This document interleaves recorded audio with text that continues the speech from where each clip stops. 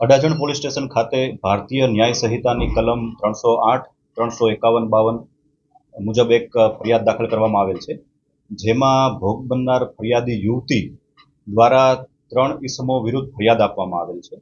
યુવતીના કેટલાક વાંધાજનક વિડીયો હોવાનું જણાવી જે આરોપીઓ છે તેના દ્વારા યુવતીને પાસેથી પૈસાની માગણી કરવામાં આવેલી અને વધુ પૈસા મેળવવા માટે ધમકી આપવામાં આવેલી, અને જો પૈસા નહીં આપવામાં આવે તો તેને બદનામ કરી અને તેના વિડીયો વાયરલ કરવાની પણ ધમકી આરોપીઓ દ્વારા આપવામાં આવેલી.